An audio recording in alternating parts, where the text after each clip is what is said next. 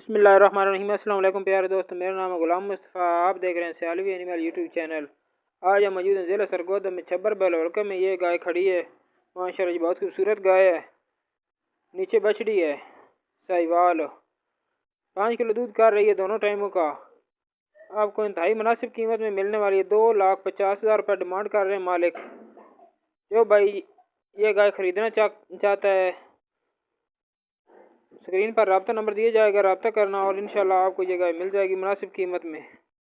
माशाल्लाह जी, दूसरे नंबर की गाय चोरस्तानी गाय है माशाल्लाह। फ्रीजन का मामूली सा क्रॉस है, 6 माह की प्रेगनेंट है। बहुत मुनासिब कीमत में आपको मिलने वाली है, सिर्फ 1,35,000 में। सियालवी एनिमल यूट्यूब चैनल को लाइक शेयर सब्सक्राइब करें और दोस्तों के साथ शेयर करें।